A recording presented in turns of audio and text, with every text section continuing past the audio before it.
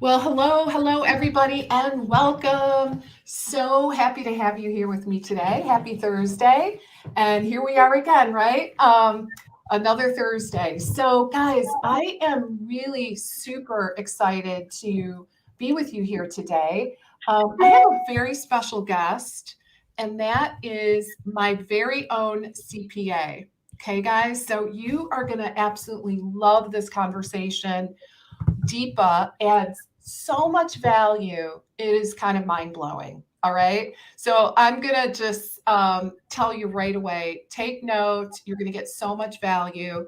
And a big warm welcome to everyone that's joining us for the first time. My name is Leslie Vitale, and I'm a business strategist and mentor, specifically for health practitioners in private practice. So let's go ahead and jump right in. So, Deepa, why don't you tell us a little bit about yourself, maybe just a little bit about your journey, okay? Because you have a really interesting story, and I'd love for my audience to learn a little bit more about how you ended up where you are, and specifically, how, because I know you do a lot of work with women entrepreneurs specifically. So tell us a little bit about that backstory. Oh, sure. And thank you, Leslie, for your very generous All through. introduction. This is like, how many times have you well, we've never done a Facebook Live before, but Yeah. I should say Deepa has done a special workshop for my last two Six Figure Biz Academy class cohorts. And seriously, guys, like it was pretty mind blowing, the stuff that she shared. And really, the coolest part is that she helped my clients save tons of money. So, and I know it's going to be like, because we're in a kind of a public setting, it's a little bit different in terms of what she can share. Um, but just FYI, Deepa is doing a live workshop again this year for my Six Figure Biz Academy, the 2022 cohort. So if you have not yet signed up for filled out an application and filled out a time to get on the phone with either myself or my team, I really want to encourage you to do that. Okay, so go ahead and take it away, Deepa. Tell us a little bit about your backstory. Yeah, no, thank you so much for having me here today. So, I come from a family of accountants, and I grew up in Africa, and then I grew up for a little bit in India. So, um, a lot of worldly exposure when I was really little, but my family is um, all accountants all over the world with degrees from all different countries. So we pretty much cover everything. And so I grew up in a setting where we talk debit, credit.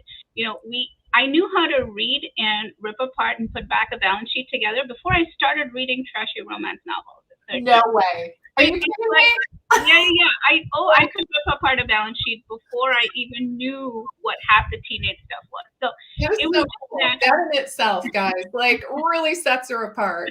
Like Yeah. completely. So like basically by the time you were 11, you were doing balance sheets, right? Yeah, yeah, it was just so much part of the culture that I didn't even realize it was part of the culture. I didn't realize that was unusual. So come college, I knew it was just easy to pick a major because I already knew a lot of this and I was just looking for more knowledge, right? So come out of college, I meet my husband, I get married, I come over here to the U.S. and I took some time off when I had my kids, but then jumped back in when my older one was about 12, jumped back into accounting and the tax world. Straight up went to a CPA firm, decided to learn the ropes on taxes, and started working with business owners. And that's when I realized, oh my gosh, this is where it's at. This is where you can save a ton of money in so many different ways. Like the government incentivizes you to be a business owner. They do not incentivize you to be an employee. They incentivize you to be a business owner.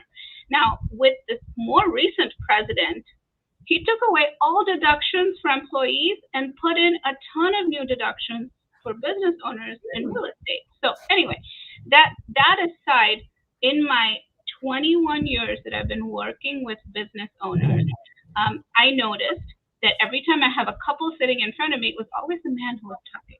Always the man who was talking. So, and the women were like very strangely silent when it came to taxes and money. And I wasn't having any of that, right? I'm pro women. I wasn't having any of that. So I decided to probe deeper and start finding out, asking questions on why women won't engage with me, or why they won't even come to my office, or they won't meet with me, or don't want to talk about taxes. And so that's really where my journey started. And I decided to be the voice that gets women out of their shell and more aware and more into the money dynamics. Now, money as a dynamic is very masculine in nature. It's momentum, it's forward moving. That's why I think we as women don't embrace it as much. But that doesn't mean that you can't kind of do your own thing with it, right? So I made it my mission to help women business owners take advantage of tax strategies and just, like superpower their businesses and just kind of step into their brilliance, but have money as their best friend.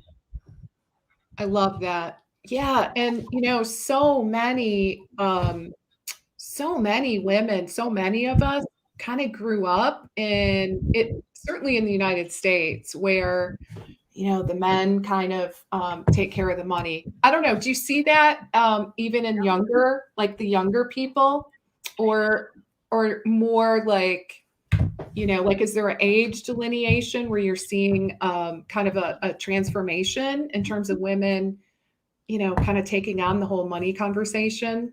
So that's an outstanding question, and the reason that's an outstanding question is because it's a generational thing, right? So we didn't grow up, you and I, Leslie, we're in the same age bracket. Yeah. We didn't grow up watching our moms and our grandmas work. We didn't do that. No. Our kids are watching us build careers and build businesses. So the way they perceive, so my little nieces and nephews, not so little, they're all in their 20s now, but when I watch them, there's no difference. The way they talk about their careers or the way they talk about their paychecks, there's no difference because they saw us do it. They saw us set the precedence, right? So that is so important. And invariably, because think about it, we're either first generation in the workforce, maximum second generation. I don't know anyone whose grandmother worked. I don't. So given that, money is new to us. Money handling, money earning, money management, money saving, investing, all of these things are so new to us. It's not built in our DNA. But think about men. They've been breadwinners for millennia. It's built into them. So they don't think twice about it. They don't think twice about talking about it, about handling it, about running with it. They don't think, but we have to because it's brand new to us, right?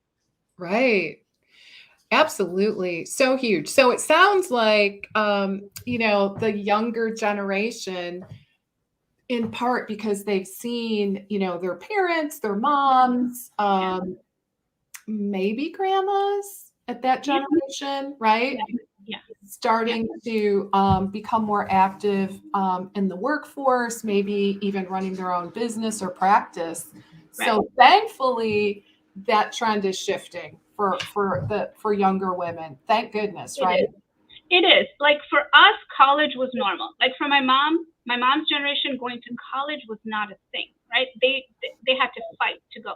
For me, I was automatically enrolled in college, so it became normal. But it wasn't normal to have a full-fledged career. We were just figuring it out because we had no advice.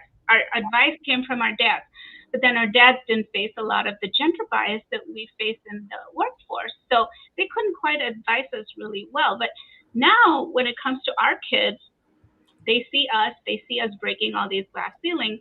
So for them, going into the workforce, handling money, making money, managing it, it's all normal. It's all normalized. I'm so happy to see that. And now what we have to normalize is we have to normalize them starting businesses. We have to normalize them getting help. We have to normalize them getting mentorship to run successful businesses. Look, you and I have figured this out the hard way, right? We've been through the grind. It took us several years to get to where we have profitable businesses.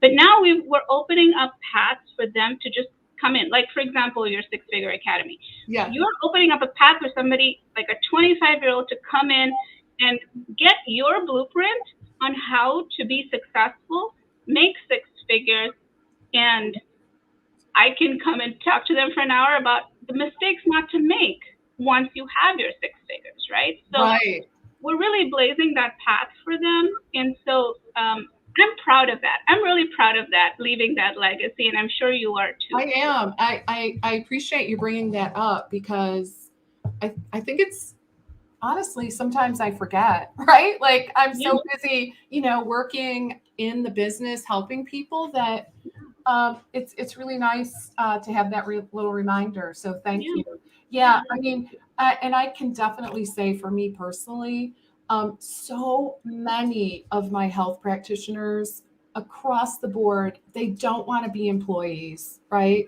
They yeah, don't want to work in a hospital. They don't want to have a job.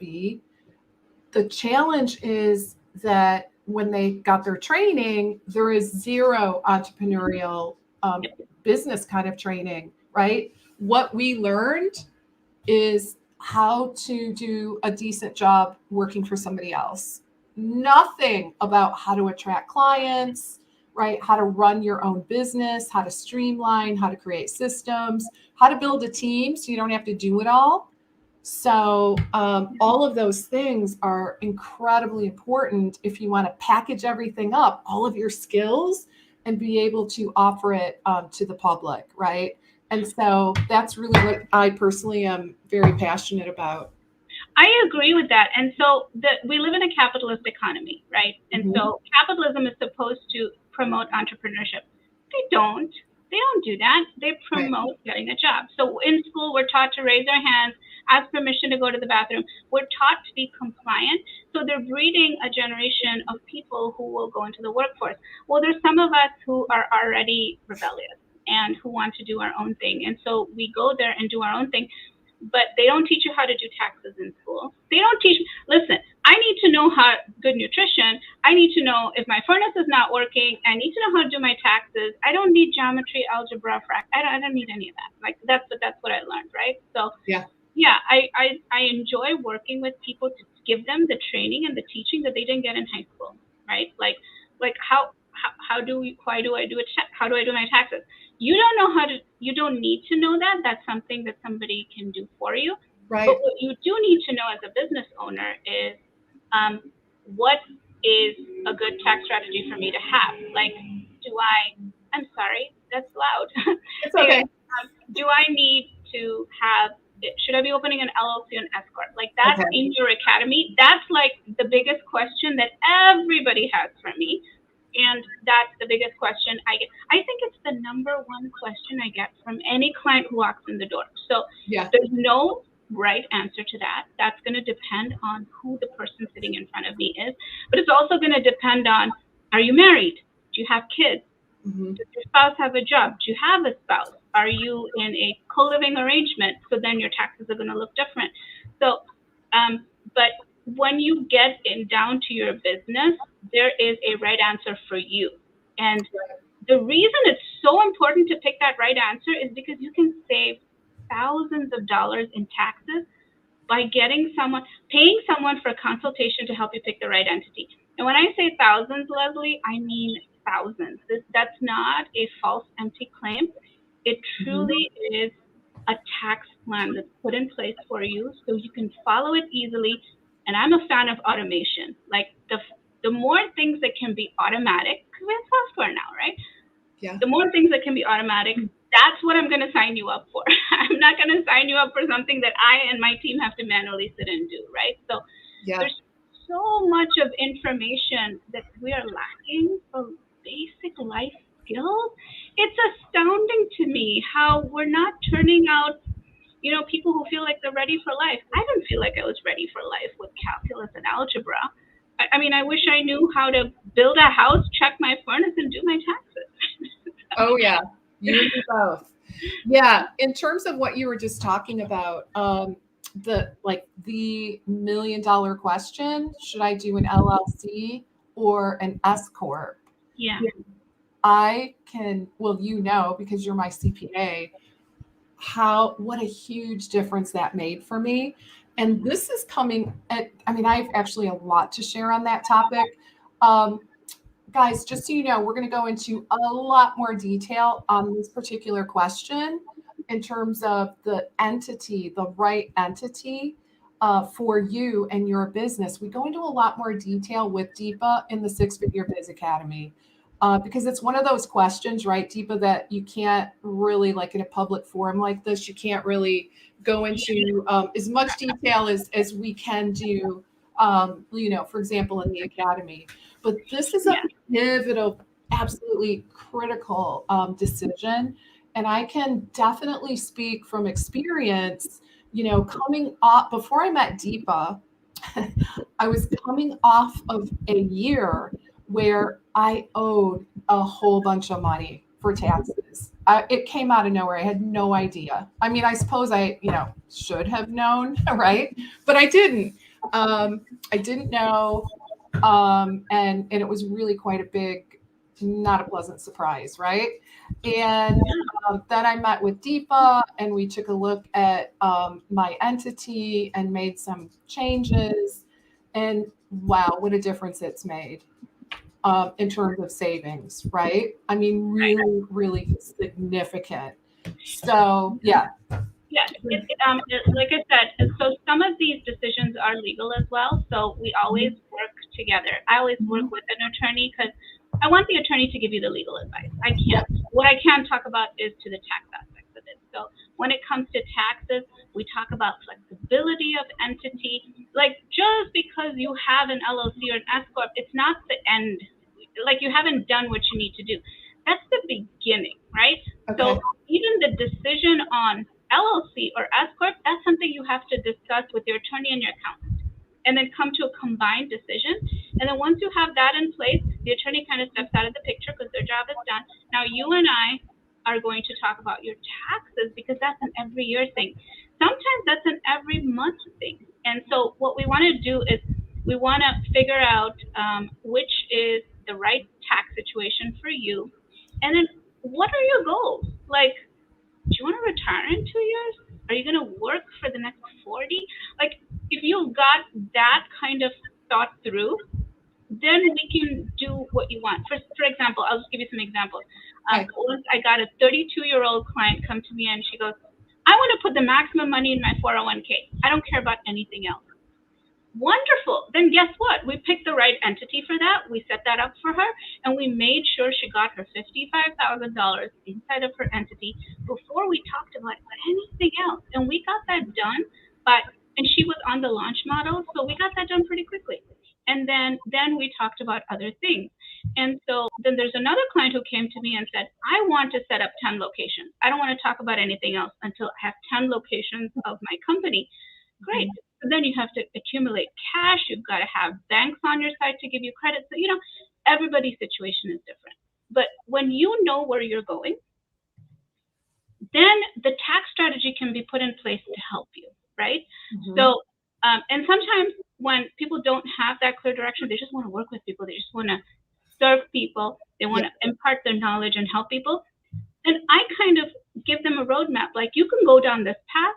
It's never going to fail you because, it gets you to a certain destination where you have wealth, savings, everything put together. And then sometimes they just end up choosing that path. And so, there's 100 things you can do, but it's individualized. It's tailored. So when I'm talking to somebody, I like to see who they are, know who they are. And so inside your academy, it's perfect because we have a small group and they get to ask me questions and I can turn back and say, okay, tell me, are you married? Do you have kids?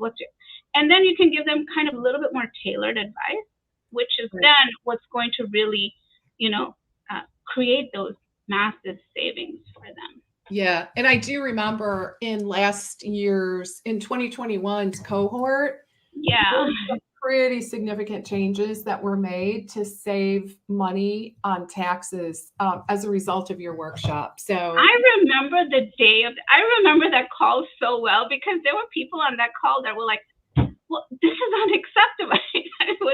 There was so much of outrage at the lack of advice they were receiving. So I remember that call so well. They were I remember it like it was yesterday. Because that was me too, right? Like I had just gone through that whole shock.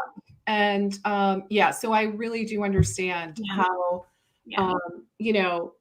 and I do recall you saying that, like it's a bell-shaped curve pretty much. Not all accountants, not all CPAs are comfortable in recommending alternative entities, right? It's just not really in their wheelhouse. So, and that really was my situation. My CPA back then I mean, we've been using the same person. He's, great guy, right? Yeah. But clearly was not comfortable in recommending kind of a more innovative approach to help me meet my goals. So, yeah, so it's That's different. true. That's true. And these are a lot of my colleagues. So I know I attend seminars with them. So I know, like, just the personal income tax code can fill up a room. If you printed it out, it could fill up this room because it's such a big thing. So a lot of people don't want to step outside that. But if you have an LLC and S corp, you're now deep in the world of corporate taxes and corporate accounting. So because it takes two skills, right? Like you can be just a tax preparer and just do individual taxes. You don't need a second skill set. But if you're doing business taxes, you need to do taxes and you need to know how to do accounting. So you need two skill sets. And so a lot of people won't give you those LLC S corp type of strategies because they don't have a specific skill set. And so, like I said, my balance sheet reading, my early on balance sheet reading, it really helped me because I love that part of it. I love looking at financial statements and telling you what your business is saying to me. Because I don't run your business. I don't know what's going on.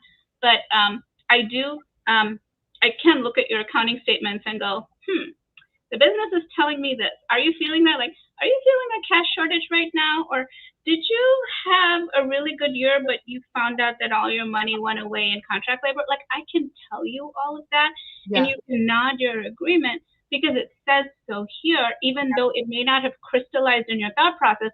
Your thought process may have been, well, where's all my money this year? But then your financial statements will tell me exactly where it went and why you're feeling that pinch. So then you can go and make some changes. And, so in that sense, it's efficient for running your business as well. And a lot of accountants don't have that training. A lot of tax preparers don't have that training. So you do have to go. The word CPA it includes a lot of people. But if you go to a CPA generally, they will be able to give you the LLC strategies in addition to the personal income tax strategies. And that's where you're going to succeed. Okay, that's fascinating. So the numbers definitely don't lie. They don't. Oh, I'm telling you, when I do tax returns and my balance sheet doesn't tie, I know that there's something that I haven't looked at, and fair enough. I go into the ledger, I look, there's something in last May that didn't make sense to me, I didn't address, and that's my balance sheet doesn't tie. It doesn't lie. Like when I'm done with that tax return, everything balances, it's good to go. Like it's correct. It's also why S corps don't get audited that much because there's so many checks and balances. Yeah. But I love it because once I'm done with the return, I know pretty much it's straightforward. The only thing we have to worry about is did you deduct too much from meals and entertainment or, and I'm going to point that out to you and be like, yeah, well, for this revenue, you probably shouldn't be having this. So I'll point that out to you as we go along. So let's go back to all these years, you working with, especially with women, right? What do you think are some ways to handle money better? Do you have any recommendations? I do. So thanks for asking that. Because what I realized when I worked this came to me one day when I was driving. Okay, so all my insights come to me when I'm driving. One day I'm driving along.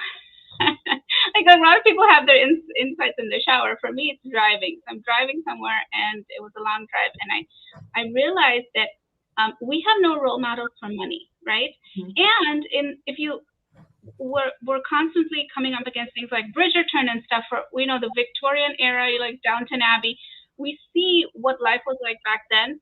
Women who were respected were supposed to be at leisure. Think about it, Leslie. Women were supposed to be at leisure, okay? And if you worked, you were in the outskirts of society. You were the housekeeper, or you were the maid, or worse, you were probably someone's mistress. That's the only way you earned money. So money was bad. It had no status, and it was almost considered a dirty thing for women to have because being at leisure was what made you respectable, right? So we have generations of this in our DNA. So we have to fight big barriers just to get to handling money as a normal, acceptable thing, right? So that's one. We're fighting a lot of inner wars in order to earn money. By the time we're done fighting that war and we come actually into money management, we're tired. We are so tired. We don't want to be bothered with it because just earning the money by itself is a big deal. We've worked very hard to do it. So now come spending it, saving it, investing it, we kind of let it go. We kind of drop the ball there. And that's where we need the men in our life, literally. And that's what happened. We needed the men in our life to come and help us manage it. What I'm telling women now is that we've gotten past a big barrier. We've entered the workforce in large quantities. We are good at spending. We can be so good at spending. We can be so good at saving. We can be so good at investing. Let's start trying to think of those as normal, natural things to do, like eating and breathing. And let's try to make those natural. Because most of the people I work with did not have good money conversations at home. Like think about when you grew up, for example. Did you get told money doesn't grow on trees? You know, all those cliches. That's what we grew up with. Well, we've overcome a lot of that. We are earning money. Now let's make talking about it normal. Let's make getting advice about it something that you don't have to be ashamed about. Because I feel like we feel a lot of shame tied around money, and we have to overcome that. If we do overcome that and normalize talking about it, there's so much of freedom around that, and there's so much of liberation for women around that. Yeah, you know, I can say in my own upbringing, now I was lucky because I have a dad who's an entrepreneur, so you know, so I grew up in that kind of environment. However, talking about money was really stressful. It was like, I remember, it was like, oh, when he said, you know, come on downstairs, we need to talk. It was like, oh my God, horrible. Like it just, and it always was so stressful. So you have that stress tied around money. I do. But look at you. You overcame that. You have a really successful business right now. So once you're done with that, you're tired. You're like, I don't know if I want to bother about the rest of the stuff. No, you can't. You can be really good at it. Like, Oh yeah. It's totally, you can absolutely move beyond it. I think awareness is really the first step, right? You gotta just kind of like embrace, you know, how you were raised, and really begin to recognize in many ways how that kind of held you back a little bit, right? So totally. Which is why I encourage, like, you need more you and me out there, because I encourage women to come and talk to me, because I get it. Listen, I went through all the same things you went through, right? I had blocks around money. I overcame them. And getting my business off the ground was tough, but I overcame it. Like you have to, like if you try talking to a man about money, they have such a different way of going about it. They are so comfortable with it. They're so logical about it. They're so objective. They can make decisions with so much objectivity, but we're emotional beings. We're emotional creatures. So for me, making a buying decision is all about emotion. Where my husband thinks about interest rates. So I think we should refinance our mortgage because the interest rate dropped 0.5%. And I'm like, refinance our mortgage? Oh my God, that's so much work. He's like, no, it's just, let's just do it. He's just so comfortable with that topic. Whereas for me, I'm like, not as comfortable yet. And I'm an accountant and a money coach, and I'm still not comfortable with it. So, you know, there's that. So that's why you need to talk to more women. Yeah. And we women need to make these conversations more mainstream. Yeah, and have groups that support one another, right? Like absolutely, you know, that are, you know, groups of women that are basically doing what you want to do. Exactly. We're collaborators by default. We do well in groups. Yeah, absolutely. That is so it's so helpful. So I wanted to ask you before we jumped on and pushed the live button. You had mentioned a little bit about what you call the tax trap. Yes. I wonder if you could talk a little bit about what that is and what the implications are. Yeah, sure. So what most of the women who talk to me or come to me do not have a problem with earning at this point. They've broken through that barrier. Okay, like yourself. You never had a problem with earning. But what happens is, when we're on the launch model, for example, and we have these big launches, $100,000, $200,000, $300,000 launches, and we suddenly get there with not making too much money in the past, we don't know what to do exactly. Like there's no step by step on what to do with that money once you have it. So the last thing people think about is taxes. So what happens is the following year, when it comes time to file your taxes, you're suddenly hit with a 5-digit tax bill, 10,000, 20,000. I've seen 60 and 70,000 a lot. Mm-hmm. And so that you don't find out when the year you earn that money, you find out the following year when you're filing your taxes. So what happens is you don't have that 60,000 on hand. Chances are you've used it to buy a house, pay off some other debt. You've used it already. So what happens is you take money out of this year to pay last year's tax bill. Well, guess what? You haven't paid this year's tax bill yet. And that moves on to next year. And now you've got yourself into this loop that I call the tax trap. Like it just keeps trapping you year after year, and you can't get ahead because you're always paying taxes. And I've seen some people who had like pretty big numbers just close their businesses because they hadn't planned for the taxes.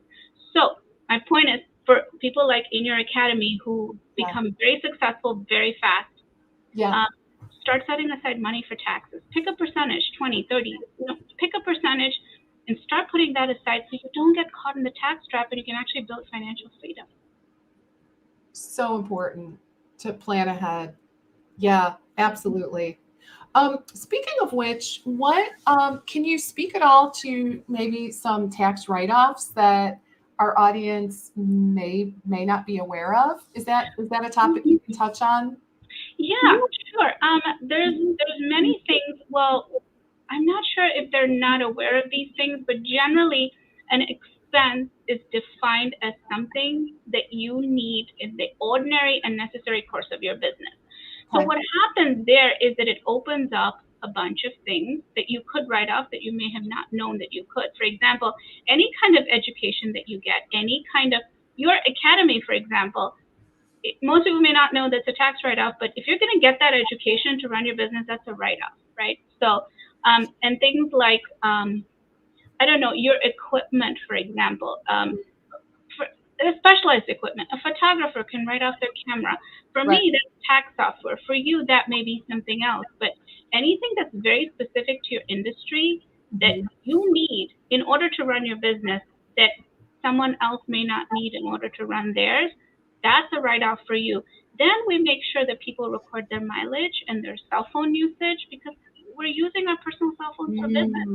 So we take a percentage of that. We take a percentage of our car because we're driving for the business.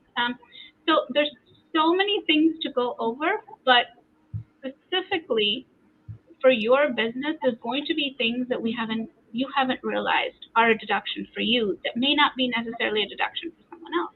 Right. So important.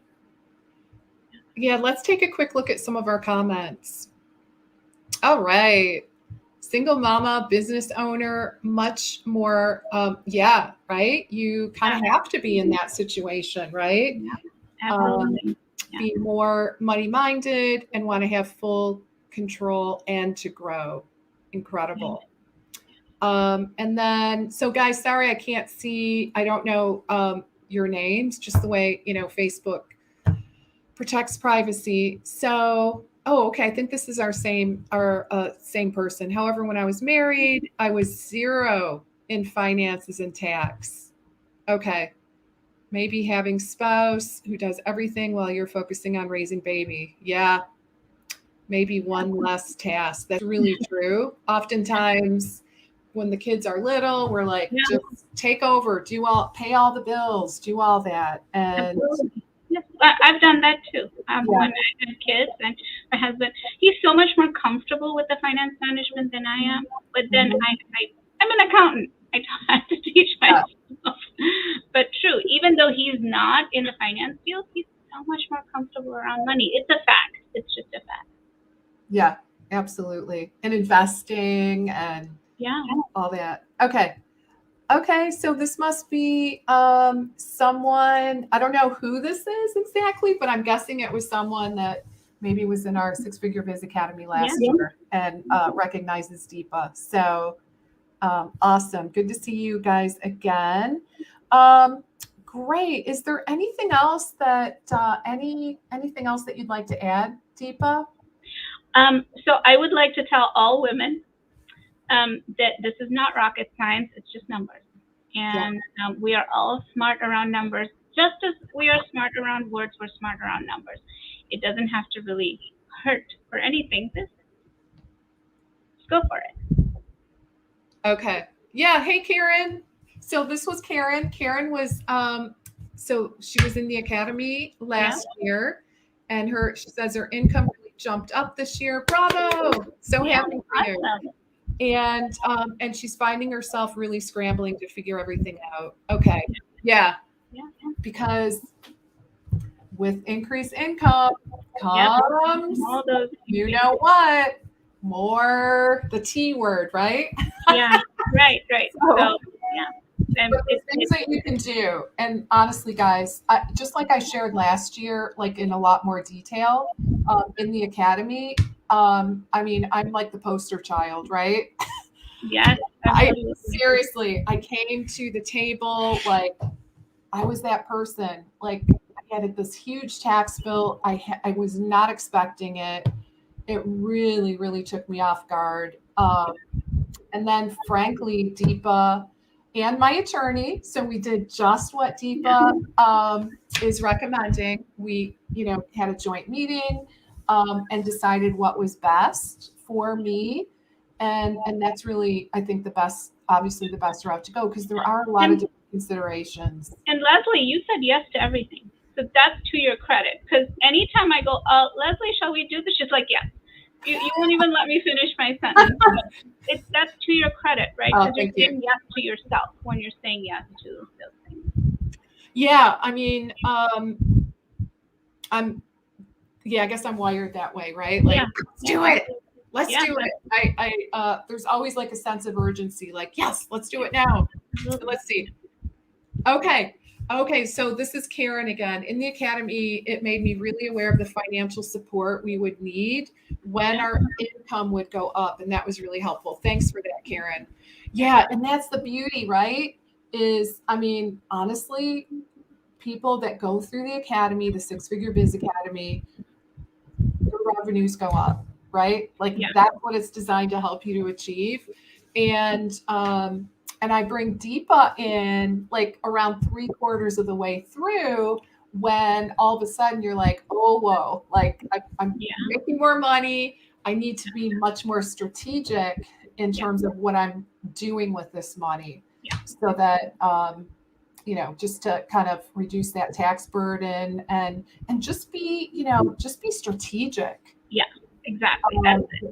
I think that's really the end goal here, is to be very, strategic and mindful, right? Just like we teach our clients to eat more mindfully. Mm-hmm.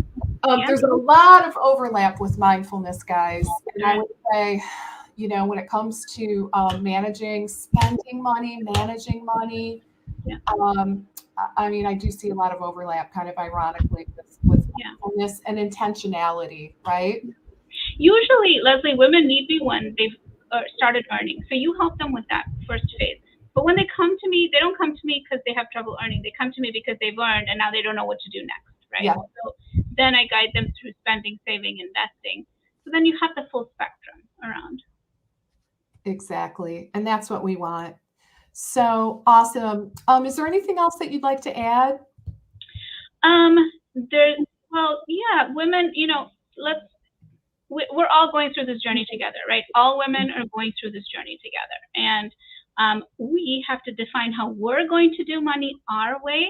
It doesn't have to be exactly the way men do it. They have their way. We are figuring out our way. We are the largest generation in the workforce right now. And our kids are coming in normalizing that. So, it's up to us to figure that out. We're all in the same boat. So we get to enjoy the journey. I love it. That's really true. Yeah. All right, guys. So we're going to begin to wrap up. Just a quick reminder, couple of things, actually. For those of you that don't know, I am doing a complimentary Ask Me Anything laser coaching session on Sunday at 4 p.m. Central. No opt-in or registration required. So mark your calendars. Honestly, it's a great opportunity to get your questions answered. And I am going to share the link. I did create a link here. There we go. So you're not going to be asked to opt in. So we want to make it nice and easy for everybody. All you have to do is go to lesliebytel.com/AMA for Ask Me Anything. And and I will look forward to seeing you Sunday. That's this coming Sunday at 4 p.m. Central. Come with your questions, because really my intention is to support you, get those pesky questions out of the way so that you can actually move forward. And then the other thing I want to remind you about is if you have not yet submitted your application for the Six Figure Biz Academy, I really want to encourage you to do that. Our early bird pricing ends Sunday at midnight. And really all you need to do to claim your spot is to submit a what we're calling an application. We just want to make sure you're a good fit. You can also schedule a time to chat with either myself or someone from my team, because again, we want to ensure this is a good fit for you, right? So if you're at all curious, I want to encourage you to go to the number 6. Actually, you could type in SIX as well. But the shorter way is sixfigurebizacademy.com. You'll see a little button at the very top of the page that says apply here. Click that button and that will take you to the form to fill out, as well as our automated scheduling. So hope to be chatting with those of you who have not been through the academy yet. Would love to have a conversation with you, over the next week or so to determine if that is the next right fit in your journey. All right. So, so that is the business that I wanted to take care of. I really sincerely want to thank Deepa for taking time out of your busy day to join us. And it's just so nice to have this conversation, especially because most of us, I don't want to say all, but many of us here are women. Yeah. And it, to get that, encouragement to really step in, lean into, really managing your money in a smart way, and just being really cognizant and strategic about it is just those words of encouragement, I think, is incredibly powerful. Sure. And so I really appreciate it. So thank you, Deepa. Thank you so much for having me. I love chatting with you. So thank you for having me. Yeah, I love it. And guys, again, if you want more, go to the sixfigurebizacademy.com, fill out your application. Deepa is going to do a live workshop in the academy, and she'll be able to go actually quite a bit deeper in terms of recommendations and just, different avenues that you can consider to really take control of your money. So looking forward to that as well. All right, everybody, I hope you have a wonderful rest of the day, an awesome weekend. Don't forget to join me Sunday at 4 p.m. Central, all right? 4 p.m. Central for live coaching, all righty? So I'll look forward to seeing you all soon, either Sunday or next Thursday. Bye for now.